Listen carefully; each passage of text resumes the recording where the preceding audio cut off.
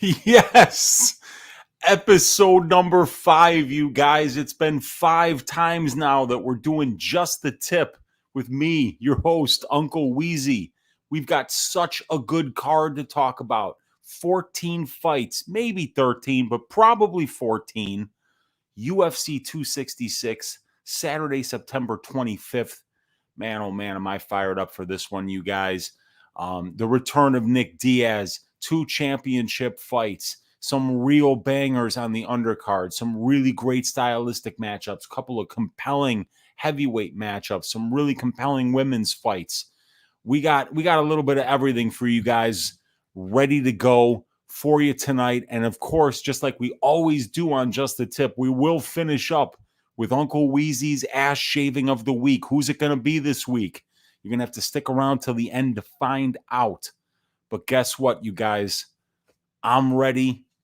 Smooth Jimmy is going to be ready in just a minute for you guys. But first, we got to see if you guys are ready to do just the tip right now with your Uncle Weezy here. We got Daz Files in the room saying a ton of money came in on Arkaga on DWCS, so I cash out on Dobson.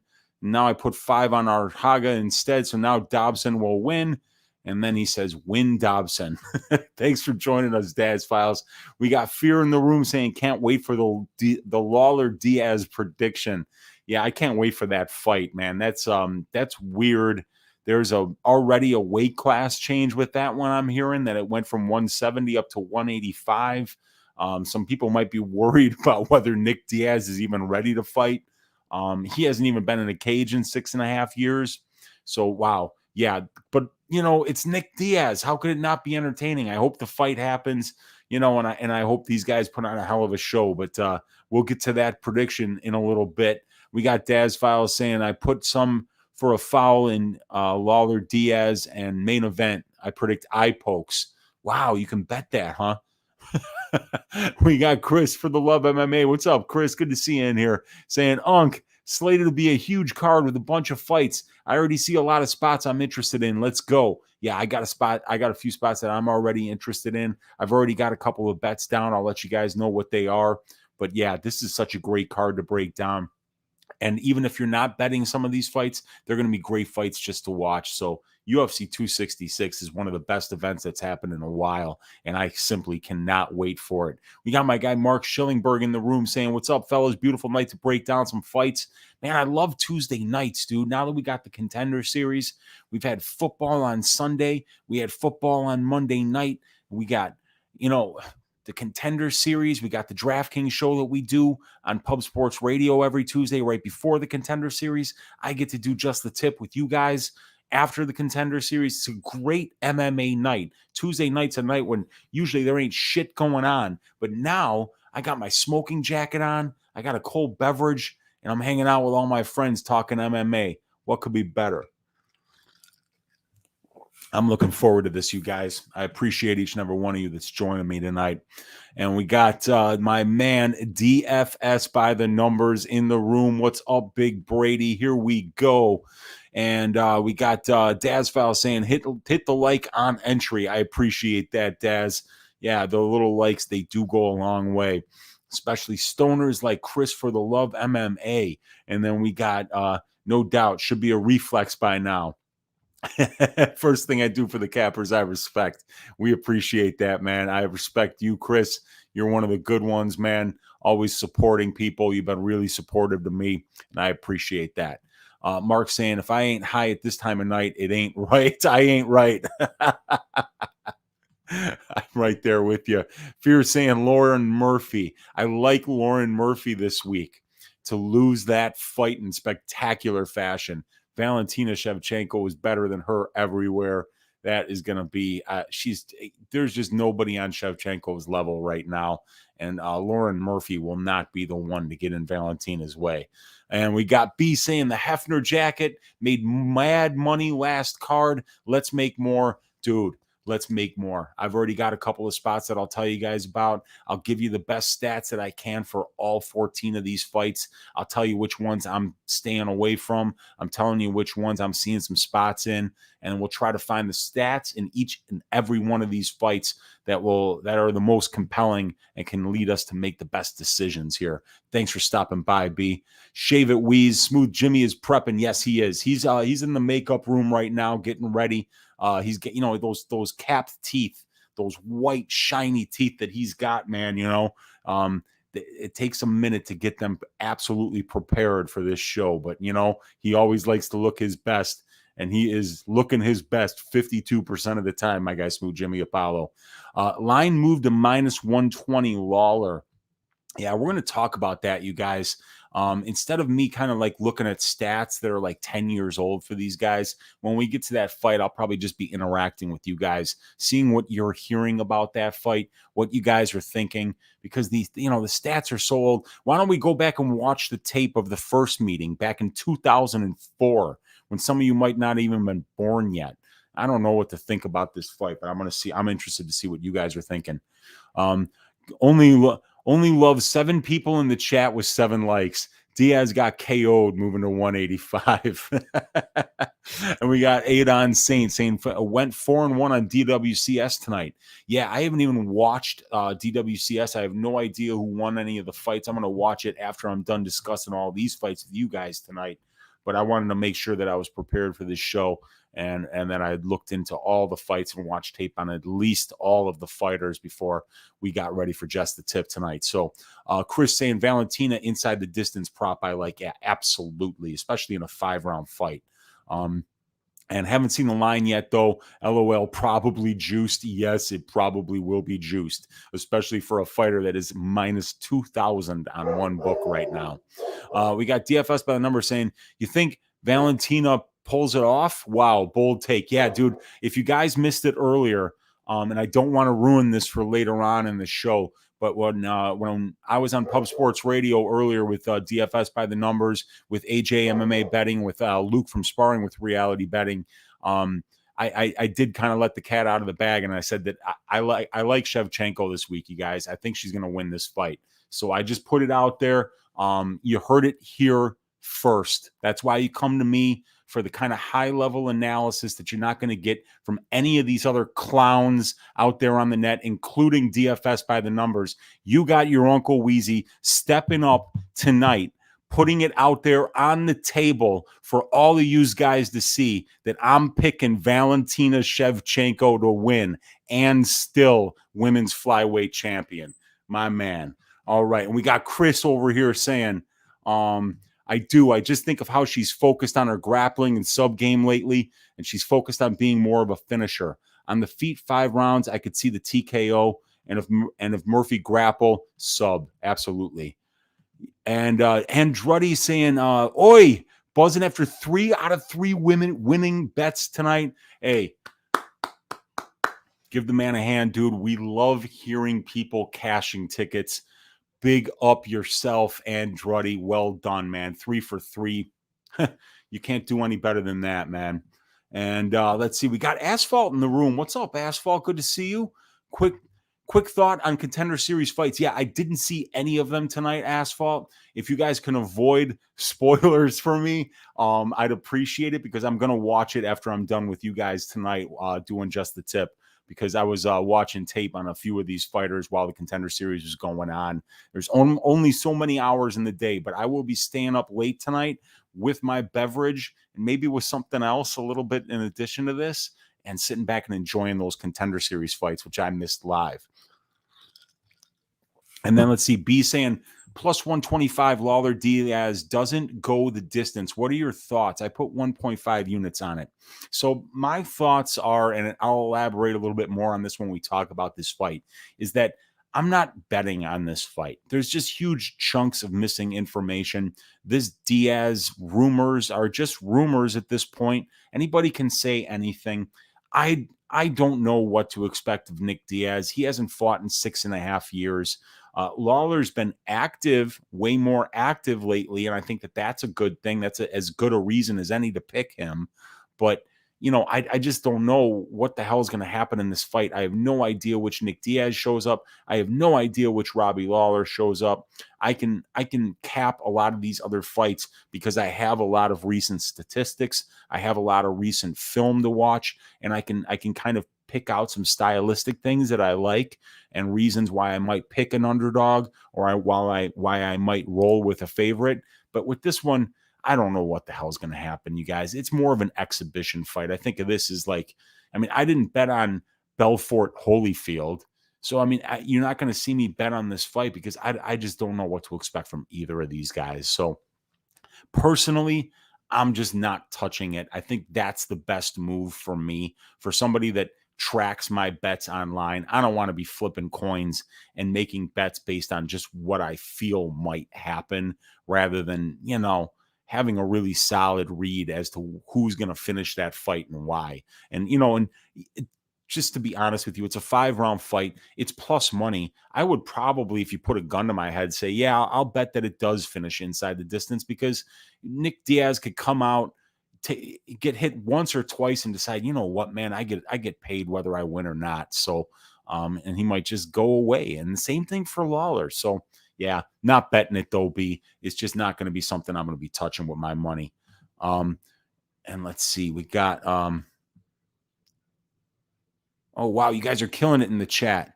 Okay. Yeah. So Chris saying she just became such a beast. She's getting to be a finisher, so I'll look for inside the distance with her more often now. She's so dominant. Love her. I'm a huge fan of Valentina. Put a quarter unit on Murphy, laughing my ass off. Yeah, you know what, Super Fights? At the implied probability right now, she's got she's really only got to win this fight like 7 or 8% of the time in order for you to break even. That puts, Valentina at a 92% favorite. You're getting odds at an 8% dog. Nothing wrong with that. Put a quarter unit on it. Valentina might slip on a banana peel. She might get food poisoning. Anything can happen. It's a fight. Weezy with the Super Bowl takes. Hey, man, Mark, that's what I told you. That's why you guys come here. That's why you guys trust me, because I'm willing to put my reputation on the line. And I'll say it again for those of you who are joining us late. I'm picking Valentina Shevchenko to win this fight. Okay? And it's out there. It's out there on the internet for the rest of the world to see. You can go back and you can bust my balls if I'm wrong. You can say that Weezy said on Just a Tip he liked Shevchenko. He was wrong. Hey, I'm putting it out there, you guys. I'm the one saying it. And you know what? You can hold me accountable if I'm wrong, but I like Valentina Shevchenko in this spot. Yeah, congrats, Druddy. Every card, there's an underdog. Oh, shit. Let me scroll down here, you guys. We don't expect to win, but pulls it off. What if it's Murphy's time? What if it's Murphy's time? I'm not betting it. I don't think it's her time. I think Valentina's dominant. I think she's going to just dominate this. What she did to Andrade was so impressive. So, yeah. She's minus 1,500 for a reason, beast mode. This isn't Maria Agapova as a minus, 1,000 favorite over, Shanna Dobson. This is Valentina Shevchenko. This is one of the two best female fighters in the entire world. So, yeah, she's gonna kill Lauren Murphy. Big on Morales tonight. Thought he should have been favorite. Similar spot to jail tonight. Almeida last week. Yeah, I have no idea what happened on Contender Series. I'm not going to watch that until after I'm done talking to you guys. Bryce Harper for MVP. I got you there. I'm a Cub fan, so I don't know what the hell is going on with baseball. They traded away all our best players, so now I'm just talking MMA. And late night with some drinks in the robe. We're in for a good time tonight. Yes, we are in for a very good time. DFS by the number saying Dana White tells media after DWCS that Nick Diaz wants the fight to happen at 185 pounds, and they are still waiting on Lawler to agree. Huge red flag. And we got Monk in the room. What's up, man? Good to see Monk in the room. Everybody check out Monk's channel if you love MMA statistics. But you know what, guys? It's time for me to check on Smooth Jimmy, see if he is ready to start with this breakdown, see if he's ready to start breaking down 14 fights. Oh, dude, he's ready. He's absolutely ready. You guys, Smooth Jimmy's ready. I know that you guys are ready. I'm ready. 14 fights, just the tip. Let's start with the curtain jerker, you guys, and it is an absolute banger. It is Jonathan Pearce and Omar Morales.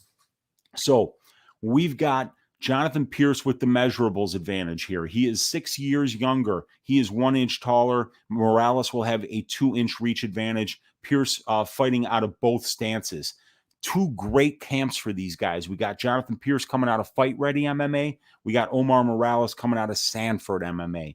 Morales and Pearce are very similar in their experience. Morales has been around longer, but Pearce has had more fights and more cage time. But Morales has fought a higher percentage of his career at the UFC level, about almost 50% for him, while for Pearce, it's less than 25%. So I'm going to give Morales just a slight experience advantage here. When we look at finishing stats, Pearce has got the advantage, finishing 90% of his fights.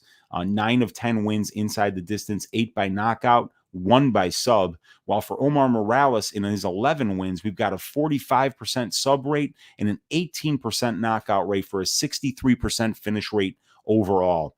So definitely Pearce the better finisher. In these guys' 5 combined losses, 3 of them have come inside the distance. So I do also like this fight to finish inside the distance.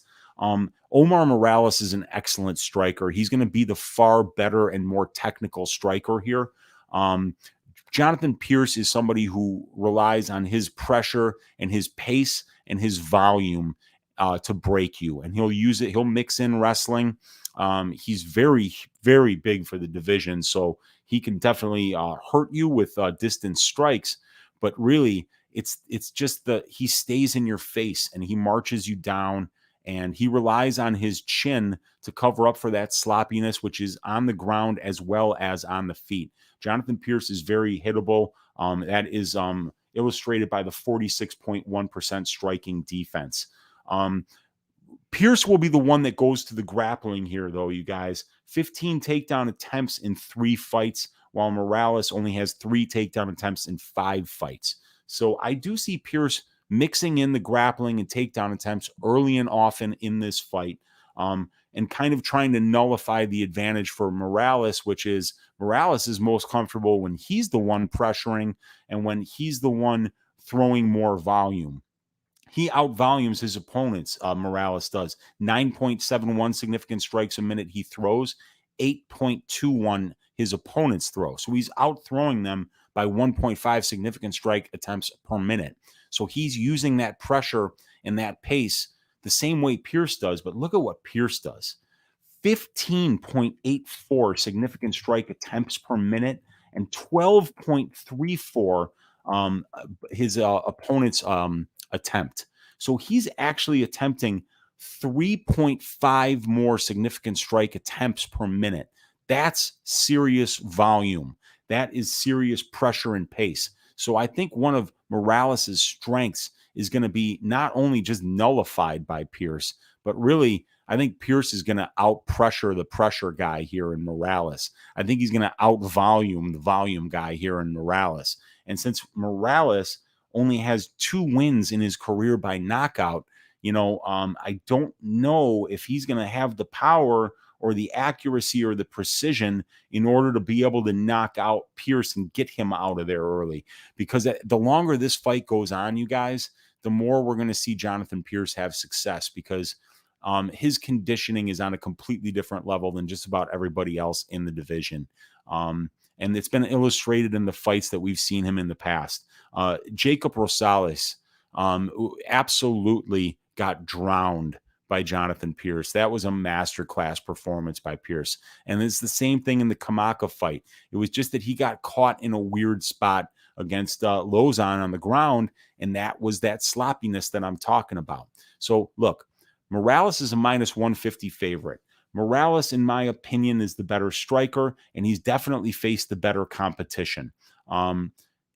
Pearce is going to have the conditioning advantage. I believe he's going to have the grappling advantage, as he's going to be going to those takedowns early and often. And I think that's really going to wear on Omar Morales here, because Pearce can keep that up for 15 minutes easily. But Morales has never seen the kind of pressure and pace that he's going to see from a guy like Jonathan Pearce. And, Omar Morales has only had 8 takedown attempts against him in 5 fights. So I think he might see almost that many takedown attempts in the very first round of this fight. Because when I heard an interview with Jonathan Pearce, I heard him use this exact quote. He said this in reference to Omar Morales. I've never seen a striker out wrestle a wrestler. So I love hearing Pearce say that he is thinking of himself as the wrestler in this bout, because I think that that's how he can most likely fight to his win condition. I am picking the underdog in this fight by 3rd round knockout, by 3rd round drowning. I'm picking Jonathan Pearce at plus 130 to beat Omar Morales and to give him a lesson in pace, pressure, and conditioning, the kind of lesson that he's never seen thus far in the UFC. I got a lot of respect for Omar Morales. I think he's an excellent fighter, but I think this is a horrible matchup for him. All right, let's move on to the next fight. And I'm not going to spend a lot of time on this one. I'm going to simply talk to you about what I know about Martin Sano. Martin Sano hasn't fought in 4.5 years. Martin Sano is 0 wins, 2 losses, and 1 draw in his last 3 fights. I'm not sure what this guy does well. It's not anything in particular. He hasn't showed good conditioning. He's a purple belt in Brazilian Jiu-Jitsu. He trains with Nick Diaz, the guy who just asked for the weight class to be moved up 15 pounds 5 days before the fight. So, the thing about Semelsberger is he's very good, but he's only got 11 pro fights, 3 UFC fights. I'm not even entirely sure that he's entirely ready to be here, but this is exactly the kind of fighter that he should handle easily. The problem is that the line is really wide, and it's more than you should be paying for Matthew Semelsberger against anybody in the UFC.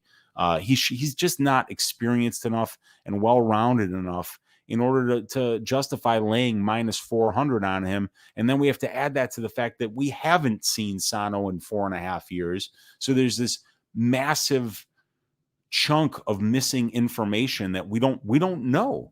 The last tape that we have of this guy is 4.5 years old, and it was against somebody named Diego Herzog, and it was a draw.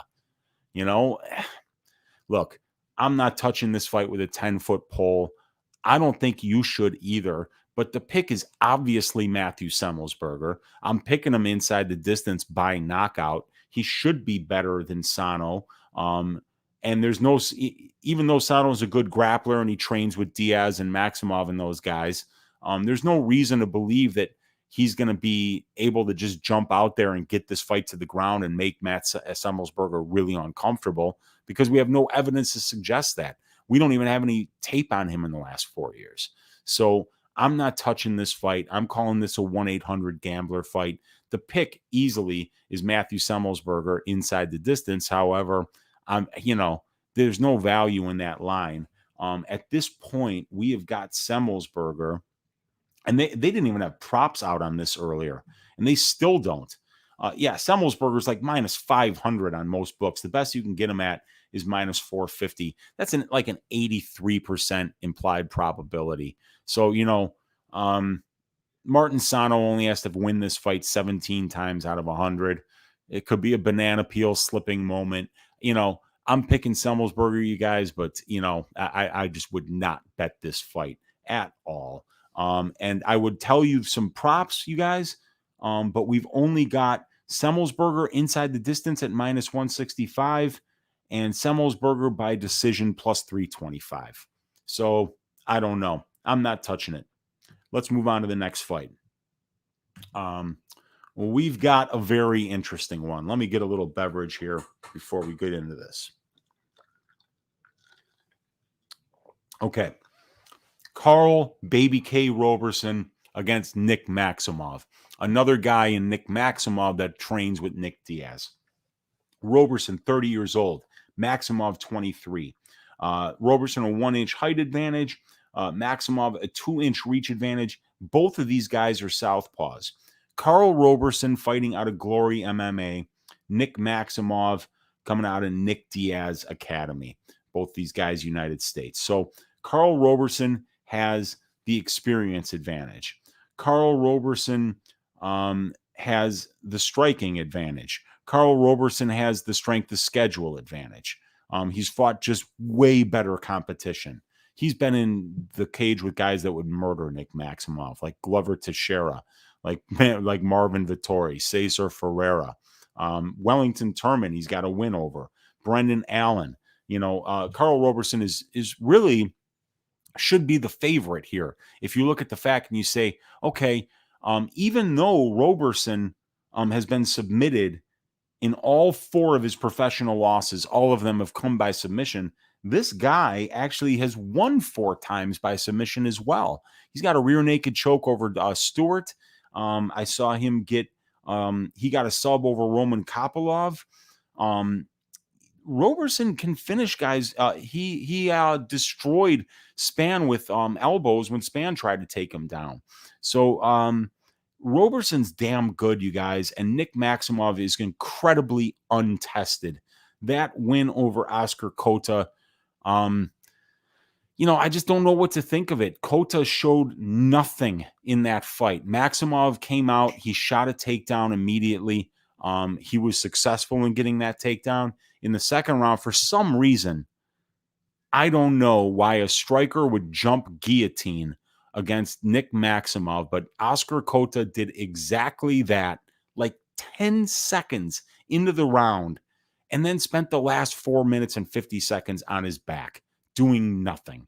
So, Nick Maximov is getting a gigantic step up in competition here in Karl Roberson. I said this earlier on Pub Sports Radio. Karl Roberson has a tattoo on his back that says blessed. And Karl Roberson has been blessed with a lot of things. But fight IQ is not one of those things. This guy makes some of the worst decisions in the cage that you can see a guy make. His best win condition is his striking. His striking is excellent. He's got fast hands. He's got a straight left hand down the pipe that absolutely will separate you from your consciousness. He's a great kickboxer, and he will go into fights where he is by far the better kickboxer, by far the worst grappler, and engage in the grappling, initiate it. And if there's anybody that can break him of that habit, it's James Krause. If James Krause gets in Karl Roberson's head, if he drills fight IQ, if he drills just good decision-making in the cage, I got to believe that Karl Roberson wins this fight. But here's the problem. Here's the stats that I have, you guys. Here's what I know about Maximov. He is a wrestler and a grappler. When this guy isn't in the cage fighting MMA, he's engaging in grappling tournaments, and he has a wrestling background. So I know that he's very good on the ground, and that's his best win condition. And I know that Nick Maximov is going to fight to his win condition. He's not the kind of guy that's going to come out here on Saturday and say, you know what, I'm going to test out my striking against Karl Roberson. Nick Maximov will probably shoot a takedown in the first 15 seconds. Karl Roberson, his best win condition is striking. And Karl Roberson has amassed 21.56% control time against his opponents in the UFC, and he's been controlled 29% of his UFC career. That means over 50% of his fights are taking place in control time positions. That's a really bad stat for somebody that's a great striker.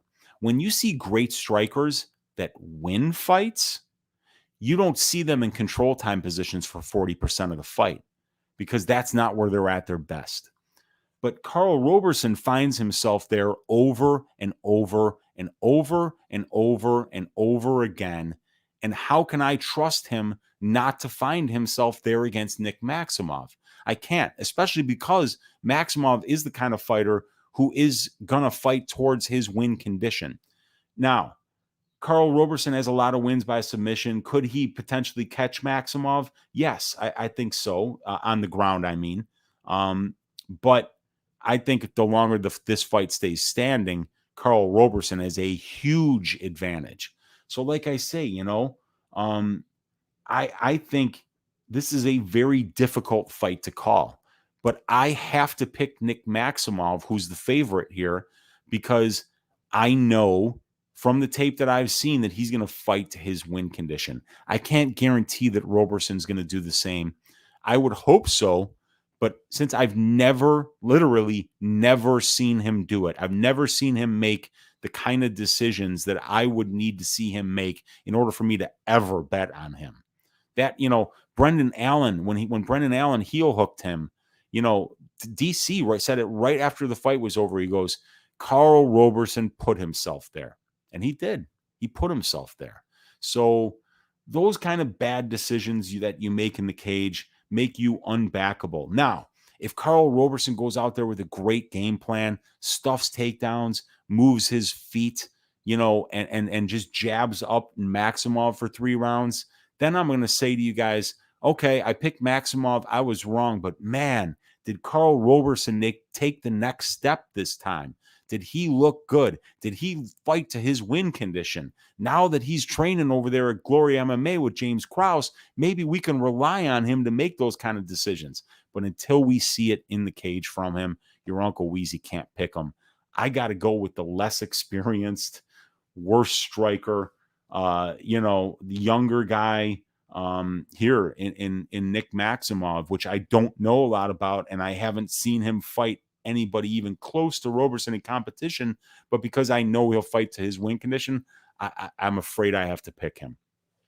Next fight, really, really interesting fight between a just absolutely fantastic prospect in Manon Fiorot and Mayra Bueno Silva, who's 3-1-1 in the UFC and has just shown nothing but toughness and nothing but being very capable in a very tough test for anybody that's faced her in the flyweight division. So we see the measurables are almost identical here. The experience is almost identical, except for the fact that Manon Fiorot has been a lot busier. Manon Fiorot, 8 fights in 3 years. Mayra Bueno Silva, 9 fights in 6 years. But Silva has fought more than half of her career at the UFC level, while for Fiorot, it's only 25%. Both of these girls have 86% finish rates, really high for the women's division, and neither one of them has ever been finished. They're both fantastic prospects. If we look at the striking numbers, we will see how dominant Manon Fiorot has been against inferior competition thus far. Her wins are over Tabitha Ricci and Victoria Leonardo. But Manon Fiorot is landing 8 significant strikes a minute and only absorbing 1.98. That's, she's hitting her opponent 4 times for every 1 time that she gets hit. 50.37% striking accuracy, 80.12% striking defense. So Manon Fiorot has a karate striking style. That means that she can hit you when you can't hit her because she's, kicking mostly with her legs and using length very well. She's also very big for the division. She's going to be 1 inch taller than Mayra is. Mayra Bueno Silva is also an excellent striker, and she throws with power. She hits hard, and she absolutely loves to attack the lead calf of her opponent. And I know that she will be trying to do that against Manon. It won't be as easy, though, because Manon is really, really hard to hit. She is fantastic defensively on the feet, and it is a function of that karate style, that Stephen Thompson karate stance, that Lyoto Machida, when they were at their best. They can counter strike when you try to lunge in, and they can just pick you apart from the outside. Fiorot is a fantastic example of that. Now, Mayra Bueno Silva, in her 7 wins, 5 of them have come by submission, only 1 by knockout. So she's very dangerous when she attempts submissions. 86% knockout rate for Fiorot. So 6 of her 7 wins are inside the distance, all 6 of them by knockout. So I'm going to give Fiorot the striking advantage here. Clearly, even though Bueno Silva is excellent on the feet and she hits hard, technically it's not even close. When you watch when Mayra Bueno Silva was tired in her fight against Marina Moroz, some of those strikes that she was throwing in the 3rd round look like somebody that's just kind of an amateur, in terms of striking. I mean, her Muay Thai is really good, but when she gets tired, the technique goes out the window. And technique is something that Manon always has, and she's got fantastic conditioning. Now, Mayra is going to be the far more dangerous grappler here. Mayra Bueno Silva has only attempted 4 submission attempts in the UFC, and she's actually got 3 wins by submission. So when she attempts submissions, you are in danger. So I would say that Bueno Silva has the advantage on the ground, but you guys, there's a big problem here.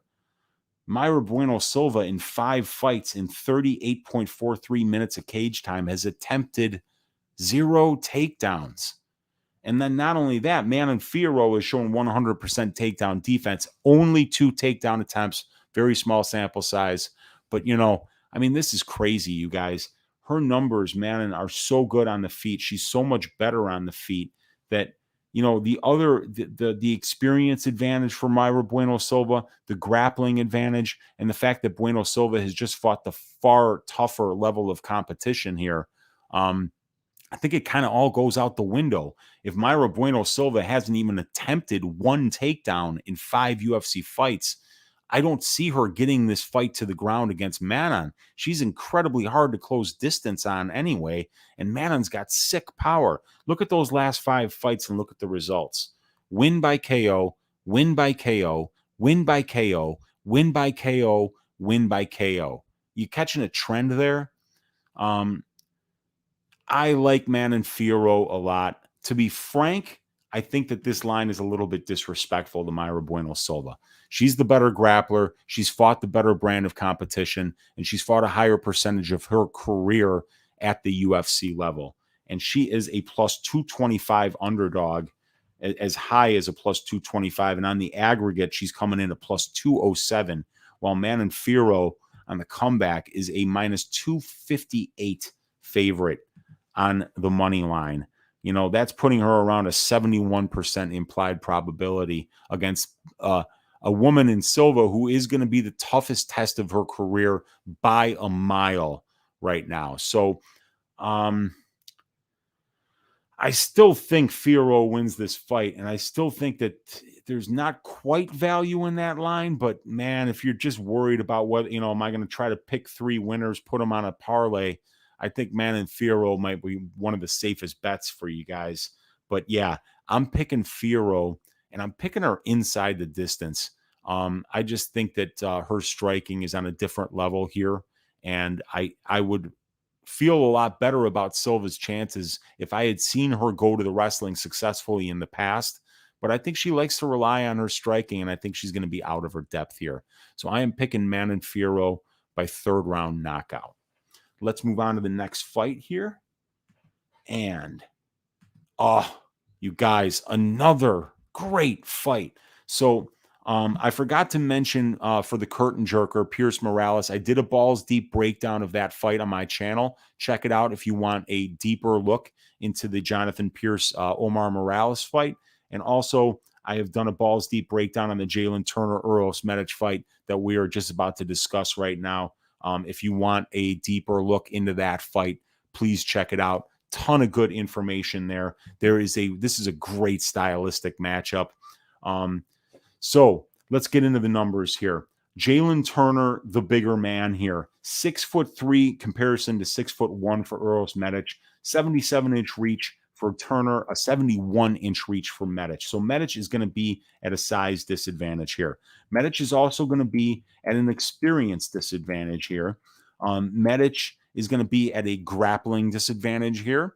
And Medic is going to be at a strength of schedule disadvantage here. And I'm picking Medic. So let's get into it, and I'll tell you guys why.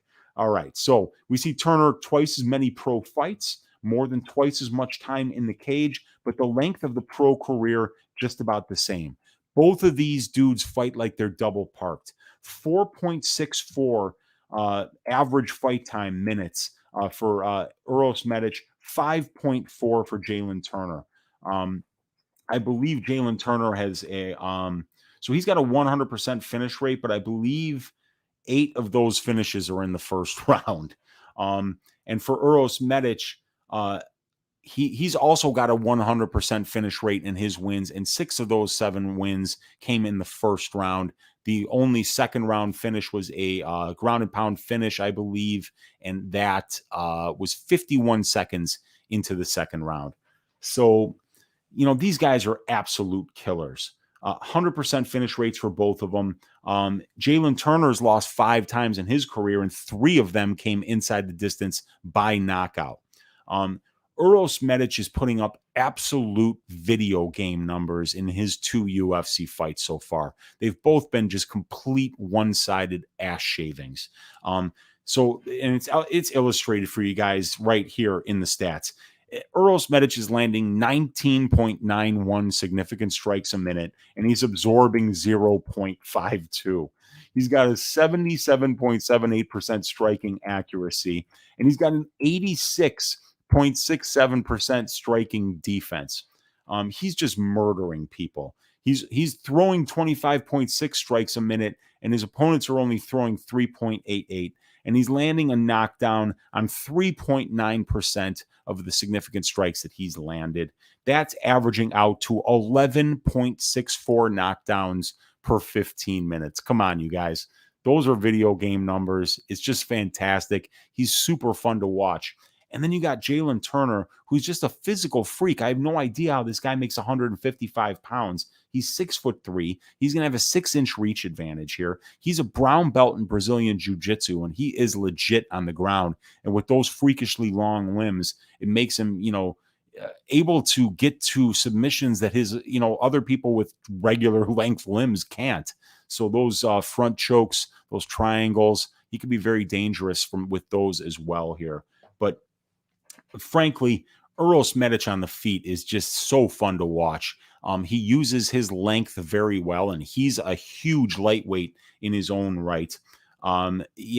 This is going to be fun for as long as it lasts. But like I said, you guys, 100% finish rates for both of these guys, and that's in 17 career wins. And in the 5 losses for Turner, 3 of them have come inside the distance. Right now, you can get fight doesn't go to decision with 2 guys who rarely ever even get out of the first round, and they're giving you like minus 190. I mean, I already bet 3 units on this fight. Fight doesn't go to decision. I think it's one of the best bets of the year, frankly. I mean, how often do you see guys with 17 combined wins and they've got 100% finish rate combined?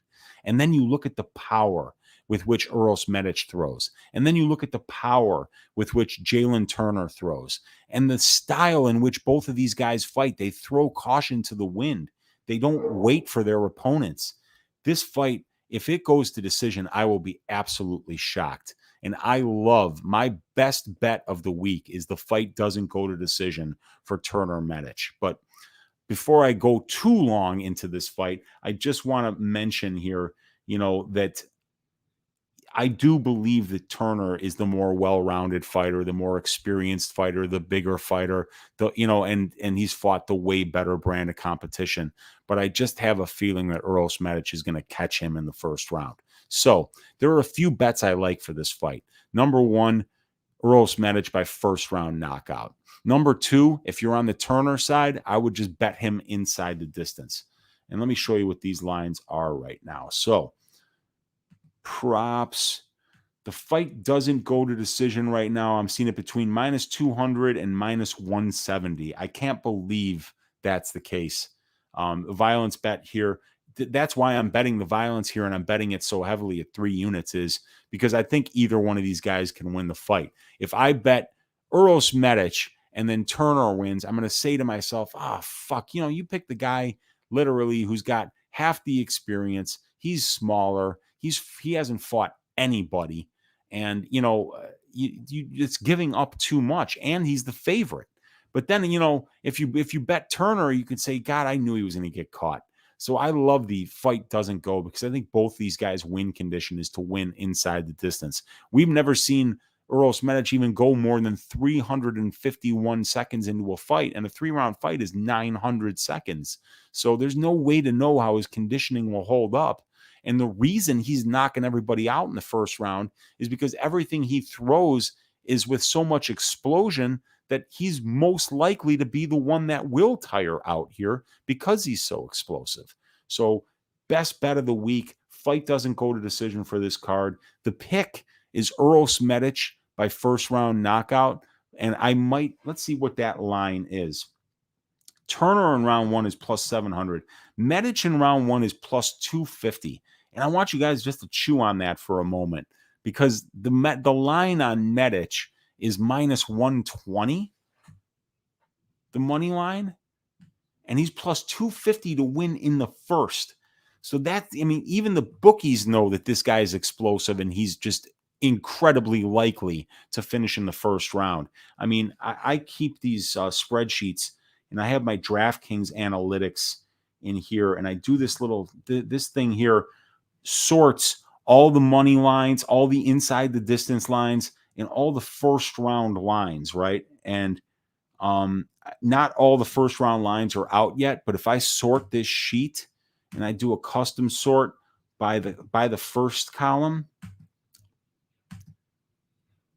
we're going to see that Uros Medic is right there with Valentina Shevchenko and Chris Daukaus for the best first round money lines. So Valentina Shevchenko, for instance, in DraftKings, you're paying $9,500 for her. Daukaus, you're paying $8,900 for, but Medic, you're paying $8,400 for. So, you know, he's just one of the guys that, even though he's not a huge favorite, he's that explosive that, you know, he can have a plus 250 first round money line in order to win in the first round when, you know, he's a lightweight and he's fighting a bigger guy, a more experienced guy that's got a better grappling pedigree and has got, you know, way better fights on his resume. So that's how dangerous Uros Medic is. That's why I'm picking him to win by first round knockout. And I might take a little stab at that plus 250, but it would be a very small stab. Even a half unit would make me, I think, a little bit nervous there. Maybe a quarter unit on that. But I'm picking Uros Medic, you guys. Let me see what you guys are saying in the chat here. I've been neglecting you as I've been running my mouth here. And let's see. I'd rather bet violence than pick a side. Yeah, I hear that, man. And let's see. Fiorot wins inside the distance is plus money according to super fights. Yeah, man. That's I kind of like that. That could be a good bet there. I might get on that one if it's plus money. Yeah, you're saying you got Medic too, man. I'm with you there. Turner super chinny. Yes, he's been knocked out 3 times in his 5 losses, Nick. So I'm with you there. And then let's see. Even Manon at minus 258 is a good bet, in my opinion. The plus money definitely better though. Yeah, agreed. And DFS by the numbers saying Medic will get exposed soon. Maybe not here, but soon. Yeah, those video game numbers, he's going to regress back to the mean. Somebody's going to test him. Somebody's not going to, you know, be the one that's out of there right away. But boy, I do like Medic to win that fight, man. His stand-up is spectacular. Someone's going to sleep or getting tapped. Yeah, that's for sure. All right, so now let's get into it. Or wait, let's see here. Medic wins by submission in round 3 plus 3,500. Laughing my ass off. That's funny, man. Excuse me. I would not bet that. I'm telling you guys, I would not bet that. That's dead money. Tristan Shurow saying Jalin Turner training with Roosevelt Roberts doesn't look too good now. Yikes. Yeah, that doesn't look too good because Roosevelt Roberts has been really disappointing, man. And Super Fights bringing up here that Turner winning by TKO plus 500. Yeah, I think that's a great bet too. But he could submit him. That's the thing. So I kind of think I might just go inside the distance if I were to like Turner. However, and we got Chris for the love saying, laughing my ass off. I could see Turner by sub round 3 worth a stab. Or just Turner to win in round 3. That's probably inflated as hell for a sprinkle. Yeah. And I was actually looking at Jonathan Pearce by 3rd round knockout on Bet Online plus 1,800. And Jonathan Pearce by 2nd round knockout plus 1,600. Those are some props that I might just sprinkle maybe a tenth of a unit on, because I do think that Pearce, if he does win, he's going to do it inside the distance and drown this dude. But like I say, you know, this is going to be a very tough test for him. Let's get back to the stats, you guys. We're about halfway through this card, I think. 1, 2, 3, 4, 5, 6. Yes. No, 1, 2, 3, 4, 5. So let's get it on. Let's keep moving here. I'm already 49 minutes in. Roxanne Modafferi against Taila Santos. Taila Santos, 10 years younger. Taila Santos, 25 less fights. Roxanne Modafferi, 43 professional fights and almost 500 minutes in the cage. But in that time, a 25-18 record. So not the, she's not dominant. And Taila Santos is 17-1. Taila Santos is a big favorite here for a reason. We got a 71% finish rate for Santos. We got a 36% finish rate for Modafferi. Roxanne Modafferi's striking is not good. She couldn't hit water if she fell out of a boat, you guys. 3.05 significant strikes landed, 4.83 absorbed, and a 30.16% striking accuracy. While Santos is striking at a 48% accuracy and a 60% striking defense, and she's outlanding her opponents 3.52 to 2.22. So the numbers, much better for Santos in the striking. If we look at control time ratios, Roxanne Modafferi's done a nice job out controlling her opponents about 29% to 18%. But Taila Santos is out controlling her opponents 41% to 13%. So even though Roxanne is very comfortable in the grappling exchanges, and that's where she thrives, Taila Santos has shown 85% takedown defense, and she's got 80% takedown accuracy in her own right. So I'm guessing if somebody gets this fight to the ground, it's going to be Santos that's the one that's doing it, because Roxanne Modafferi has only gotten takedowns at a 28% clip in the UFC, and then trying to get them against somebody who has successfully defended 12 of 14 takedown attempts against is going to be a tough row to hoe. I don't want to overthink this one, you guys. I don't want to get too much into the stats here. This should be Taila Santos all day long. I just don't see Roxanne Modafferi, 10 years older, able to get this into places where she's going to be threatening Taila. Unless Taila, like I say, slips on a banana peel, shits herself in there, she should cruise. This is a very easy one. So I'm picking Santos, and I'm picking her to win by decision, and just blanket Roxanne Modafferi for as long as that she wants to and ground and pound her out, maybe. Let's move on to the next one here. This is one that we've broken down in the past before, you guys, so I don't want to spend too much time on it. Shamil Abrurahkimov is coming off a very long absence here.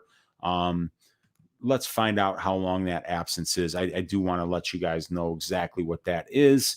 So, all right, so we haven't gotten to that one yet, so it's going to be down here.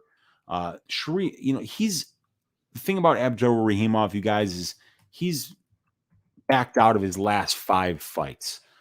He hasn't fought since he got his ass shaved by Curtis Blaydes back in September of 2019. So it's been over 2 years since we've seen Shamil Abrurahkimov in the cage. Now Shamil is 40 years old, and he's coming off a punctured lung.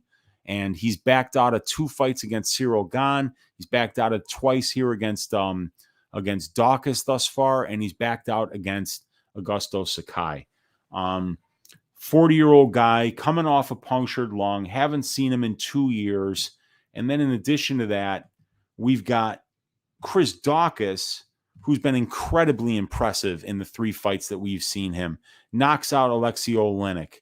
Knocks out Rodrigo Nascimento, and he knocks out Parker Porter. And after he knocked out Parker Porter's went on a 2-fight win streak. After he knocked out Rodrigo Nascimento's on a 1-fight win streak. And Alexei Oleinik's just old.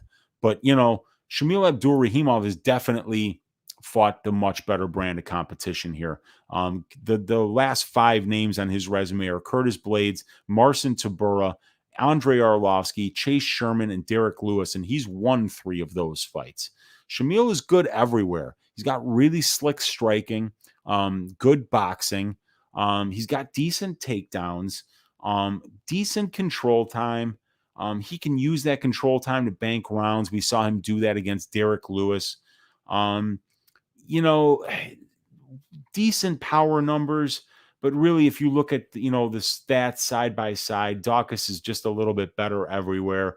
But Daukaus, not only that, he's 9 years younger. He's only got 11 less fights. So he's fought almost the same percentage of his career up here at the UFC level at about 22%, comparison to Shamil, who's at about 32%. And Daukaus has been finishing fights. See, Shamil's got 5 UFC wins, but only 2 of them have come inside the distance. While in his 5 losses, 4 of them have been inside the distance. And in his 3 UFC losses, he's been finished in all 3. So Chris Daukaus putting up video game numbers, not quite like Uros Medic, but check this. 11.78 significant strikes landed per minute, only 3.22 absorbed. He's landing at over 61% accuracy, and he's landing a knockdown on 4.76% of the significant strikes that he's landed. My God. I mean, that is just a ton, man. That's I think, that's 5 knockdowns. My God, in 3 fights. This is crazy. Chris Daukaus is absolutely destroying people. And Shamil Abrurahkimov, I'd like to think maybe he could take this fight to the ground and maybe bank some rounds by using his wrestling, using his grappling. But Shamil's been 7 of 29 on his takedown attempts for a 24.14% accuracy. And even though he's out takedown attempting his opponents 29-17, he's actually been taken down 9 times and only taken down his opponents 7. So the efficiency of the wrestling is not good, and his opponents are controlling him 11% of the time. So 29 takedown attempts to 17 against, but he's only out controlling his opponents by about 3%. I just, I don't see. I would have to see Shamil win another fight before I picked him against somebody like Daukaus here. So I'm gonna say that Daukaus gets the job done here in the second round. Daukaus inside the distance would be the bet that I'm liking here, and you can get that right around even money right now.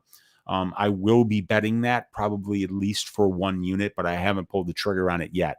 But Chris Daukaus by knockout inside the distance is the pick for me here.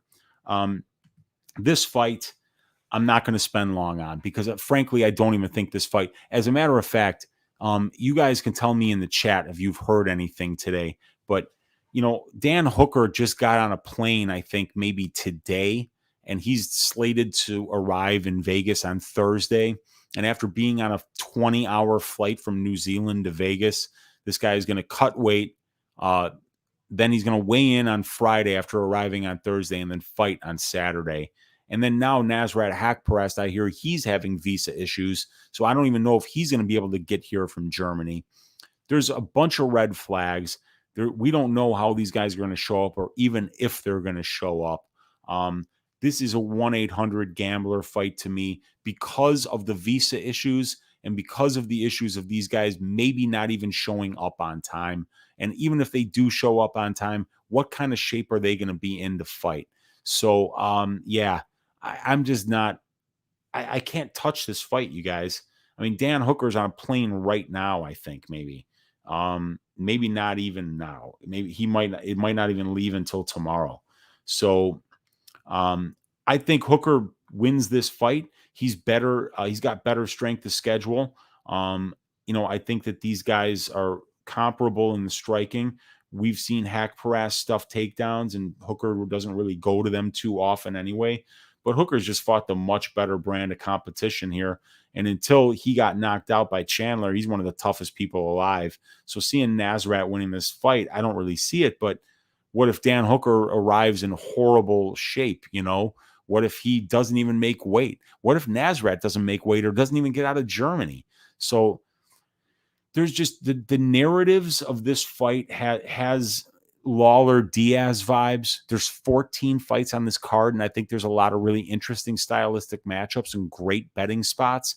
I don't want to bet on a fight like this with giant pieces of missing information, and there's no chance in hell, and I would encourage you guys to tail me on this. Don't bet this fight until you see both of them on the scale, because That'll be the biggest piece of information that we do need to see. We need to see them, first of all, actually get to the scale on Friday. If they get there, great. And then if they both make weight, even better. Now then we can actually start to break down this fight. But until that happens, I think it's a waste of your time. I don't think this fight happens. And DFS by the numbers just said in the chat, I have a very strong feeling this fight doesn't even happen. And Asphalt saying, if this was a normal fight, I'd be siding with Hooker. But with all these circumstances, you can't trust anyone. And I'm already hearing some chatter that they're trying to find a replacement for Haqparast. So yeah, man, I don't know. Not touching this fight, you guys. I would encourage that you don't even think about betting this fight until you see both these guys on the scale. So let's move on to the next one here, because we got a really, really interesting fight. And then, so we've got 1, 2, 3, 4, 5, 6 more fights to get through, and we're already at the 1 hour mark. So I'm being a little more loquacious than I should be, but that's all right. Just the Tip's been coming in around an hour and a half, and I want to give you as good of a look into each fight as my numbers will provide. So this is a really good matchup that I can't wait to talk about with you guys. So Marlon Moraes, 3 years older. Everything else pretty much identical. Marlon Moraes, twice as experienced as Merab Dvalishvili. 32 fights for Moraes, 17 for Dvalishvili. 14-year career for Moraes. So he started fighting at 19, while Dvalishvili, 7.5 years. Probably started fighting around the age of 22.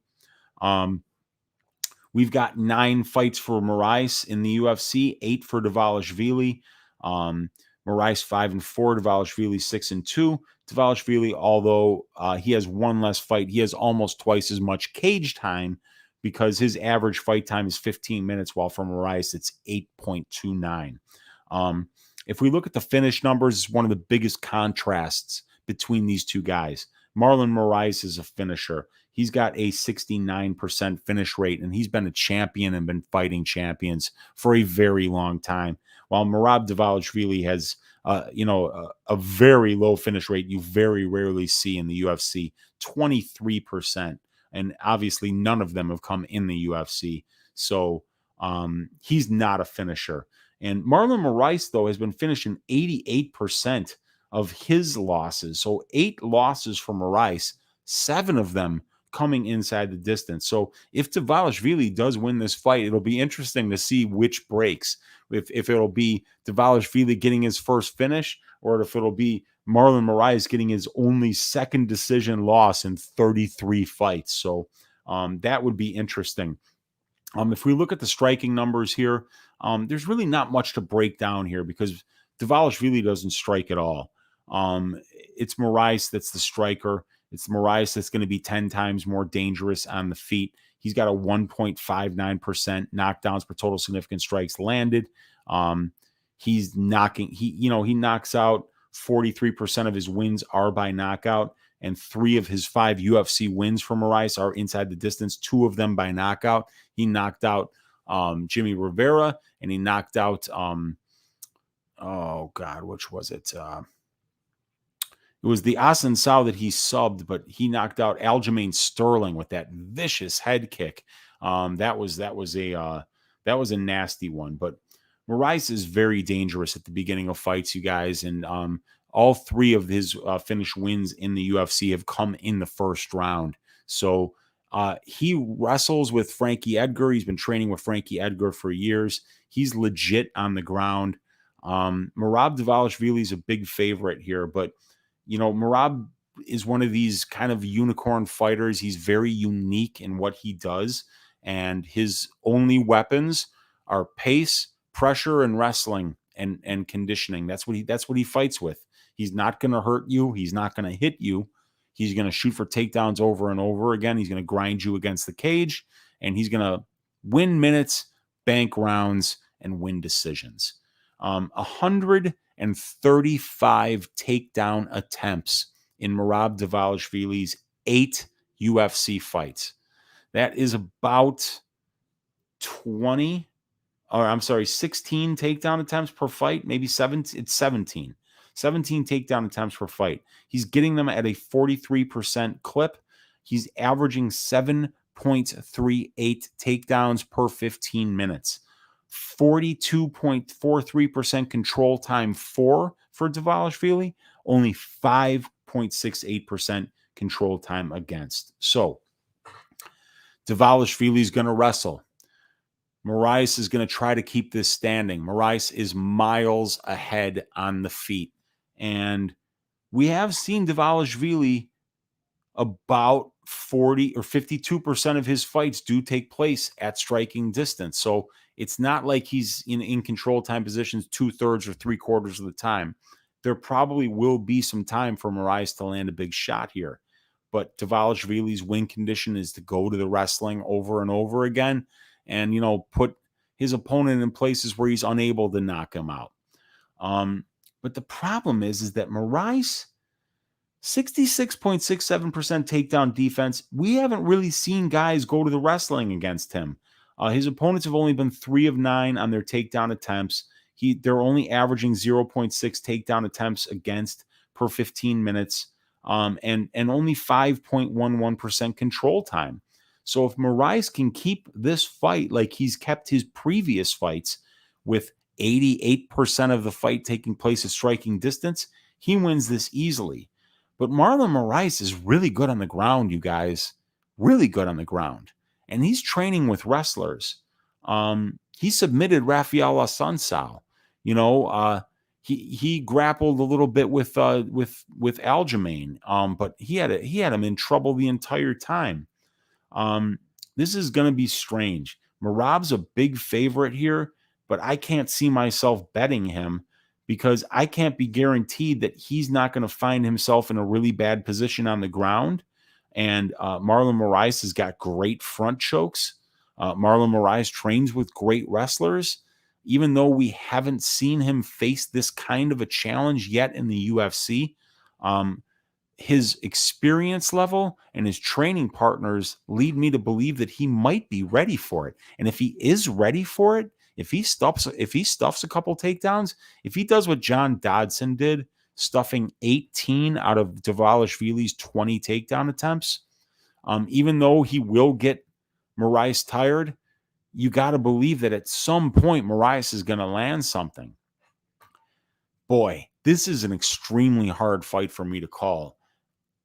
Just on paper, not looking so much at how I think stylistically the fight will take place. On paper, Moraes has fought the way better brand of competition. On paper, Moraes is 10 times better of a striker than Dvalishvili. On paper, Moraes is way more experienced, the way better finisher. But you have to worry about Dvalishvili's game plan, his pace, his conditioning, and him just sapping you. And we do know that Moraes has shown poor conditioning in the past. Boy, I'm going to pick Merab Dvalishvili. I'm definitely not going to bet him. I'm going to bet him, I'm going to pick him by decision. But I really do think Marlon Moraes has a good chance to win this fight. I do think he's better almost everywhere except for conditioning and maybe wrestling. And other than that, he's fought the way better competition. I think that if the Marlon Moraes that showed up against Assunção, Rivera, and Aljamain Sterling shows up, I think Dvalishvili's going down. So I'm not betting Dvalishvili because I think this line is way too wide. And frankly, I wouldn't even mind taking a shot at the first round prop on Marlon Moraes because he is so dangerous.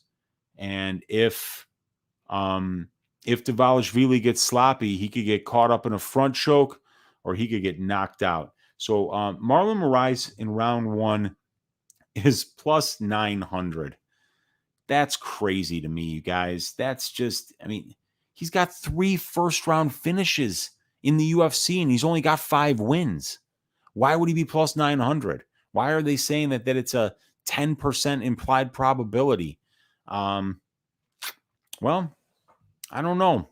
I think that's his win condition, guys. And I think I might be taking a stab at the plus 900 prop. If I can find it on one of my books somewhere around there, that to me, first round. Got to make sure I make notes when I'm talking to you guys, because sometimes I give you guys my reads and then I forget them. So got to write that one down. I'm picking Dvalishvili, but I think it's a coin flip. I think the value is on Moraes here. I think he's got more ways to win this fight, and he's just fought the way better brand of competition. All right, but let's move on before I spend too much time on this. Andrade Calvillo. Another one I'm having a hard time picking. Andrade, 5 years younger. Calvillo will be the bigger woman here, 3 inches taller, 2 inches of reach. Andrade, way more experience, has fought the way better competition. Andrade is a great finisher. 71% finish rate as a pro. I think that would probably be 15 or 16 wins by inside the distance, while Calvillo, 5 of her 9 wins have come inside the distance.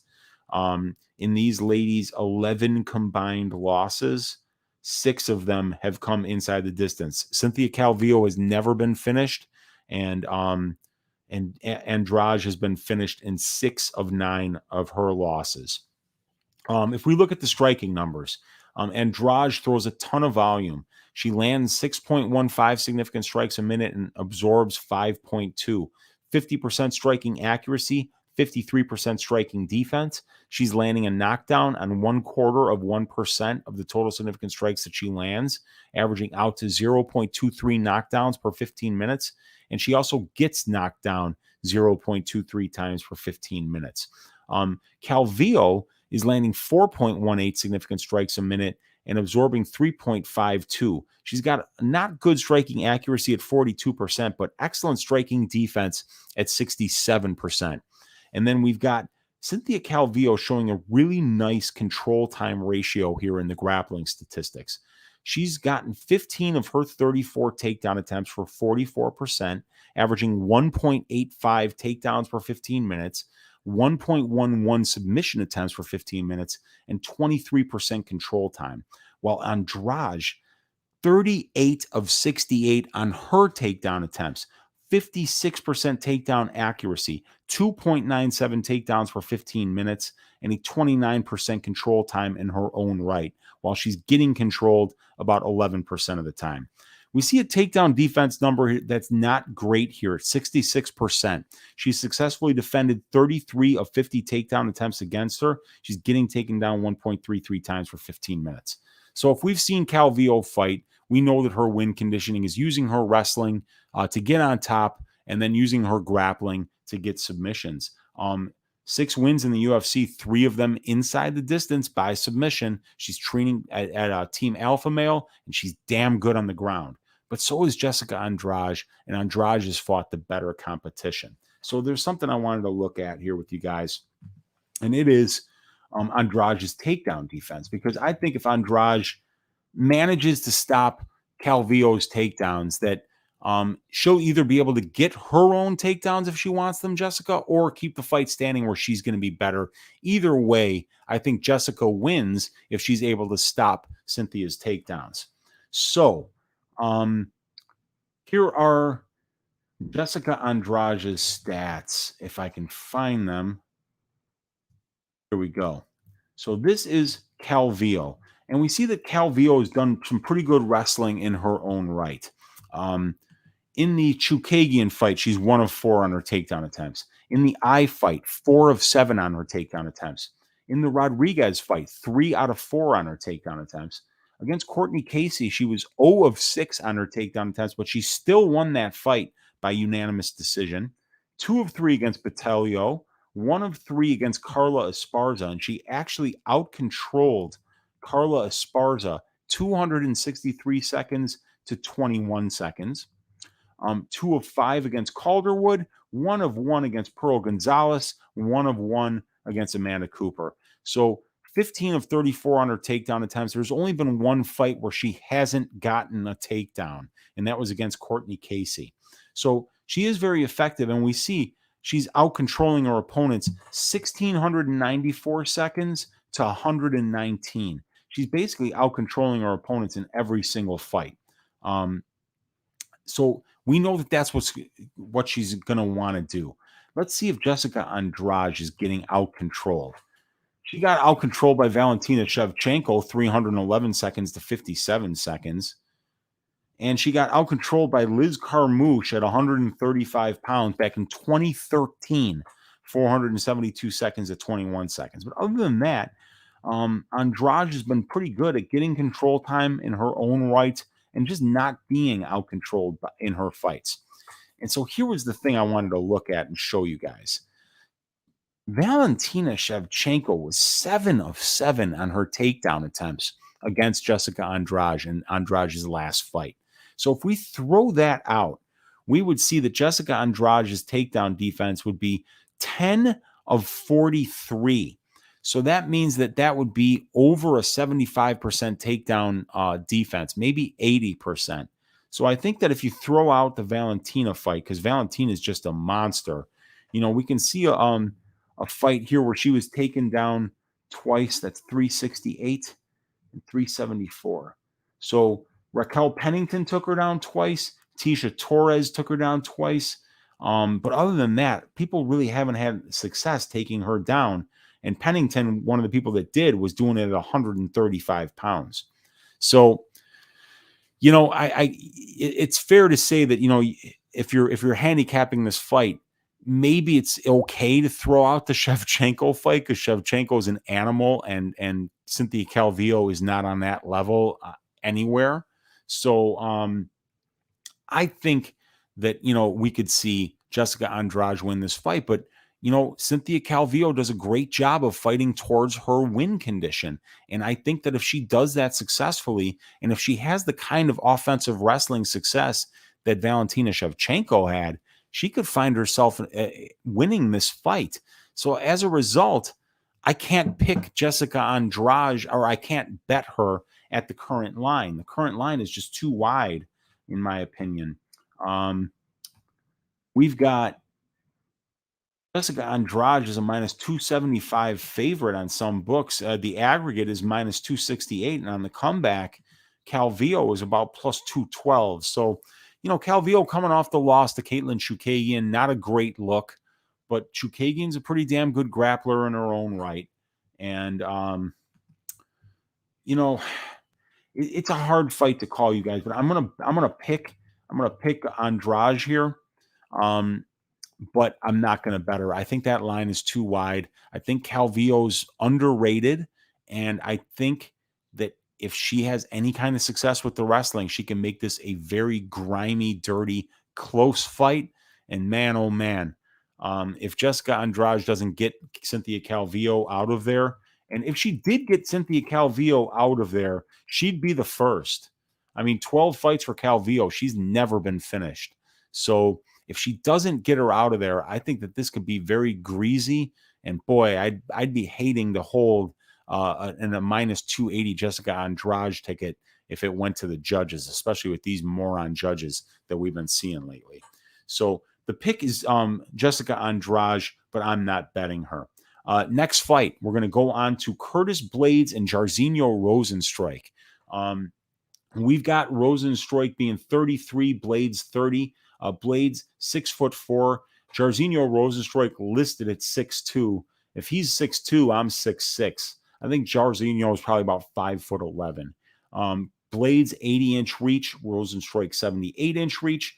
Rozenstruik training at Team Biggie Boy, and we've got Curtis Blaydes fighting at Elevation Fight Team. So great conditioning for Blaydes. This is only a 3-round fight. It's a striker versus grappler matchup.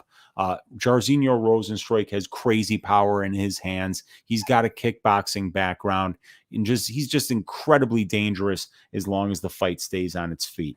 And let's just 92% knockout rate for Jairzinho Rozenstruik in his 12 wins. 11 of his 12 wins coming inside the distance by knockout. For Curtis Blaydes, 71% of his pro wins coming by knockout. So that would be 10 wins of his 14 have come inside the distance by knockout. Very impressive. And he does it with ground and pound. Excuse me for just a second, you guys. And then we see that Rosenstruik in his 2 losses, he's been finished once. It was by Francis Ngannou. And Curtis Blaydes has been finishing all 3 of his professional losses, twice to Francis Ngannou, once to Derek Lewis with that horrific uppercut knockout that separated poor Curtis from his consciousness. He was winning every second of that fight up until that punch landed. So if we look at the striking numbers, we see how dominant Blaydes has been in the striking numbers as a result of him using his wrestling. So he lands 3.59 and he absorbs only 1.7. Not much in the way of knockdowns, 0.11 per 15 minutes. While for Rosenstruik, he's landing 3.15 and absorbing 3.27 significant strikes a minute. But Rosenstruik only has to hit you once in order to end the fight. He's got a 2.7% knockdowns per total significant strikes landed. His striking defense is 40%. It's not good, but it doesn't have to be that good because as long as, like I say, he touches you once, that he's so dangerous. That's all it takes. But the grappling numbers are something that we have to look at here because Curtis Blaydes is elite. He's gotten 59 takedowns in 109 attempts, over 50% takedown percentage. He's averaging 6.64 takedowns per 15 minutes, and he's amassed 55.32% control time and only allowed 2.25% control time against. So that is something like 4 times 20. It's like 22-1 ratio of him controlling his opponents. Every second of control time his opponents get, Curtis Blaydes gets 22 seconds. So Curtis Blaydes absolutely dominant in the grappling exchanges. 58% of his fights are taking place in control time positions, while for Jairzinho Rozenstruik, it's about 23%. But Rozenstruik has less than 1% of control time, while he's giving up 22.65% of control time. Rozenstruik has shown 80% takedown defense, but most of those takedown attempts were from Cyril Gane, who has no wrestling. Curtis Blaydes is going to blanket this dude. He's going to shoot for takedowns over and over again. He's not going to give Rozenstruik room to strike. He's not going to give Rozenstruik a spot to land that really dangerous jab that sets up everything else that he does. And since this is only a 3-round fight and Curtis Blaydes has such a great gas tank, I don't see, even though that Blaydes will be using a very exhausting game plan, I think Jairzinho Rozenstruik doesn't have the tools to stop it. He's done this against guys that are better than Rozenstruik in the wrestling and the grappling. So I'm picking Curtis Blaydes to win here, and I think that he will actually get it done inside the distance. I think once this gets to the ground, he's just going to drown Rozenstruik. Excuse me.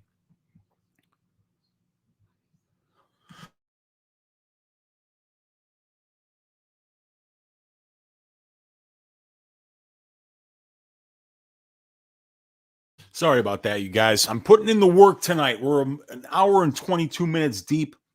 I'm picking Rozenstruik. I'm sorry, I'm picking Blaydes. Been a long night already. Inside the distance. Diaz Lawler. I can't wait to watch this fight, but you guys, I'm not betting this. We've gotten a weight class change. There's people saying that Nick Diaz got absolutely destroyed, and they're trying to say that he shouldn't even be fighting. He's not ready for this. He hasn't fought in 6.5 years. Robbie Lawler, since the Magny fight, I don't even know when that was, probably back in 2020. Lawler's been more active, so I'm picking Lawler because I have no idea which Nick Diaz is going to show up. But because I have no idea which Nick Diaz or which Robbie Lawler is going to show up, I can't bet it, you guys. I can't bet this fight. There's no way. There's just too much missing information. A 39-year-old against a 38-year-old. And the 38-year-old is coming off a 6.5 year layoff. I'm picking Robbie Lawler. I'm picking him to win inside the distance, but I don't even know how he does it. I don't know which one of these guys. I don't even know if these guys care. I mean, what does a win do for these guys at this point in their career? I mean, Nick Diaz is 26-9 with 2 no contests. Robbie Lawler is 28-15 with a no contest. Nick Diaz is 7-6 with a no contest in the UFC. Robbie Lawler's 13-9 in the UFC. I mean, you'd have a hard time convincing me that either one of these guys even gives a shit if they win this fight. I think they love the win money, but frankly, I think they're showing up for a check because neither one of these guys is going to be champion. Neither one of these guys is making a run. Neither one of these guys is probably even going to get cleared to fight anybody under the age of 40. So, guys, don't bet this fight. This is a 1-800-GAMBLER fight. Gigantic missing pieces of information, rumors flying around. We can't cap rumors. Let's just move on to the next one. I'm picking Robbie Lawler inside the distance, let's say. Shevchenko Murphy. And I already told you guys I let the cat out of the bag a little bit early that I am actually picking Valentina Shevchenko to win this fight. You guys, she's better everywhere. Valentina Shevchenko is unbelievable. That last performance against Jessica Andrade was an absolute masterclass. 7 takedowns, a third round finish, absolute destruction from pillar to post. This woman is a 63% takedown percentage. She lands 3.18, only absorbs 2.1 significant strikes a minute. She's on a crazy winning streak. She's got 3 losses in her career, and 2 of them are to Amanda Nunes, and one of them is by split decision and was a very, very close fight. Nobody in the flyweight division is even close to being on Valentina Shevchenko's level, including Lauren Murphy. Valentina Shevchenko will win this fight inside the distance. She's a great parlay piece, even though the line isn't. I mean, you can parlay her, but there's almost no value in the line. I can't, with good conscience tell you to bet anybody that's minus 1,000 in a professional fight, because anything can happen. It's a fight, and once you get to the lines like minus 1,500, minus 2,000, your fighter would have to win 98 out of 100 times in order for you to even make just a little bit of money, just a little bit. And all it has to happen is 1 out of 100 times, 2 out of 100 times, somebody slips on a banana peel and you're out 10 units if you're betting these fights. So, and then what happens is you get kind of snookered into having to make these more precise bets. First round submission, second round knockout, and even then you're only getting like plus 200, minus 100, minus 150. It's not enough, you guys. So Valentina Shevchenko is going to win this fight however the fuck she wants to win. If she wants to knock out Lauren Murphy, she'll knock her out. If she wants to submit her, she'll submit her. If she wants to lay and pray for 5 minutes, she'll do that. If she wants to oil check Lauren Murphy, Lauren won't be able to stop her. Any way that she wants this, she will get it. I'm just so impressed with Valentina, and I'm hoping that we can find her a fight sometime in the near future that will be somebody that deserves to be in there with her. It's not the rest of the women's flyweight division's fault that Valentina Shevchenko was born and is just better at this than all of them.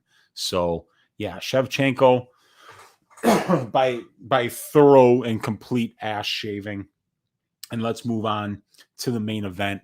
Wow, 34 of you guys hanging out with me here while my throat is just absolutely giving out. I've been talking for hours this week online on my channel and on other channels. My word. The throat is giving out. Alexander Volkanovski versus Brian Ortega for the featherweight championship. I can't wait. 2 years younger Ortega, 2 inches taller, and a 2-inch reach advantage for Alexander Volkanovski. Volkanovski with 6 more pro fights, about 50 more minutes in the pro cage. Ortega, a longer career, though. Both of these guys have 9 UFC fights. Ortega, 7-1-1. Volkanovski, 9-0. 64% finish rate for Volkanovski, 67% finish rate for Ortega. They've both been finished in 100% of their losses. The statistics are almost identical. It's hard to find any advantages there. Let's look at the striking numbers. Okay, now we find an advantage. Alex Volkanovski lands 6.02 significant strikes a minute and only absorbs 3.31. So, excuse me, my God. He's 2.7 significant strike differential for Volkanovski here, while Brian Ortega lands 4.29 and absorbs 6.28. So a -2 striking differential for Ortega. So huge advantage there. Huge advantage in the striking accuracy as Volkanovski's 56% accurate, while Ortega's 38% accurate. And then we see that Volkanovski better defensively as well at 60.37% striking defense, while Ortega's at 52. The one thing that we're seeing for Ortega here is the power. And he's landing a knockdown on 1.03% of the significant strikes he lands, while Volkanovski is landing a knockdown on 0.49%. So about half the power for Volkanovski in the sample size that we've seen in comparison to Ortega. So Ortega, 5 knockdowns in 486 significant strikes landed, while for Volkanovski, it's 4 knockdowns in 821. So what that tells me is when this fight's on the feet, it's probably going to be Volkanovski winning minutes. He's more accurate. He's better defensively. He throws almost as much volume, but he out-volumes his opponents. See, Volkanovski's throwing 10.77 and his opponents are throwing 8.35, while Ortega throws more volume than Volkanovski does. However, Ortega's actually getting out-volumed by his opponents. Ortega throws 11.27, but his opponents throw 13.11. So I think Volkanovski is going to have the advantage in the stand-up. And every minute that it goes by in the stand-up, he'll probably be winning minutes. But if there's one guy out of these two, I think, that can change the fight with one strike, that's Brian Ortega. That spinning elbow that he landed against the Korean Zombie was a fight changer. Completely changed the complexion of that fight. So Volkanovski, the minute winner, Ortega being the guy in the striking that can change the fight on a dime.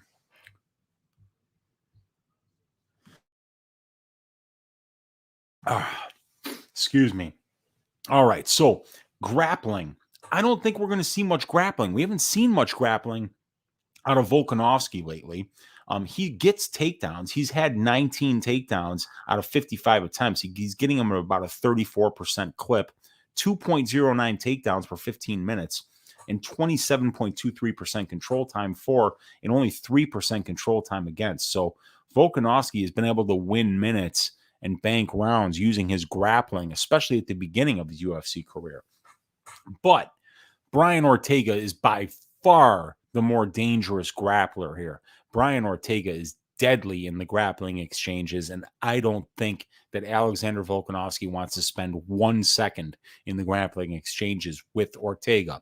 So the question is Ortega going to be able to get into those grappling exchanges where he's going to be more dangerous?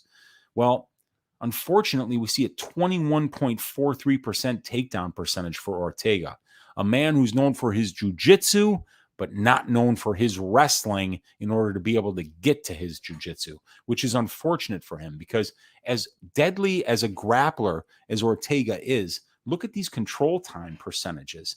6.86% for, 8.94% against. So it's only about 16% of Ortega's fights. That's 1/6 of the fight is taking place in control time positions where he will have the advantage.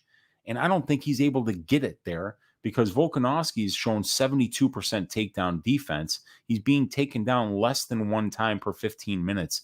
And his opponents in those 6 takedowns have only managed 3.41% control time, which is about maybe 4 minutes. So in 22 takedown attempts, only 4 minutes of control time. Even if you get Volkanovski down, chances are you're not holding him there.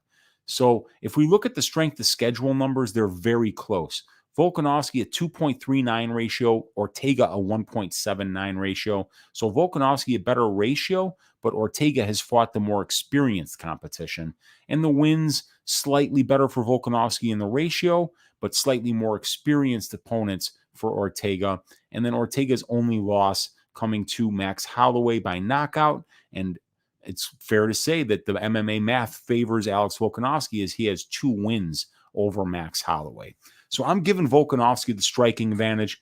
I'm giving Ortega the grappling advantage here. But everything else to me is very close. So since I see Volkanovski being the guy that has the better chance to keep the fight standing, where he will have the advantage, in my opinion, even though Ortega's striking looked really, really improved against Chan Sung Jung. Still, we have to remember what Holloway did to Ortega standing up, and that Holloway could not do that to Alex Volkanovski. So I think Volkanovski's going to win this fight. I am going to pick him to win by decision. But if Ortega wins, I think he gets it done inside the distance because he's so dangerous. He can catch you in a submission or he can knock you out. And he's shown that 5 UFC knockdowns in only 486 significant strikes landed.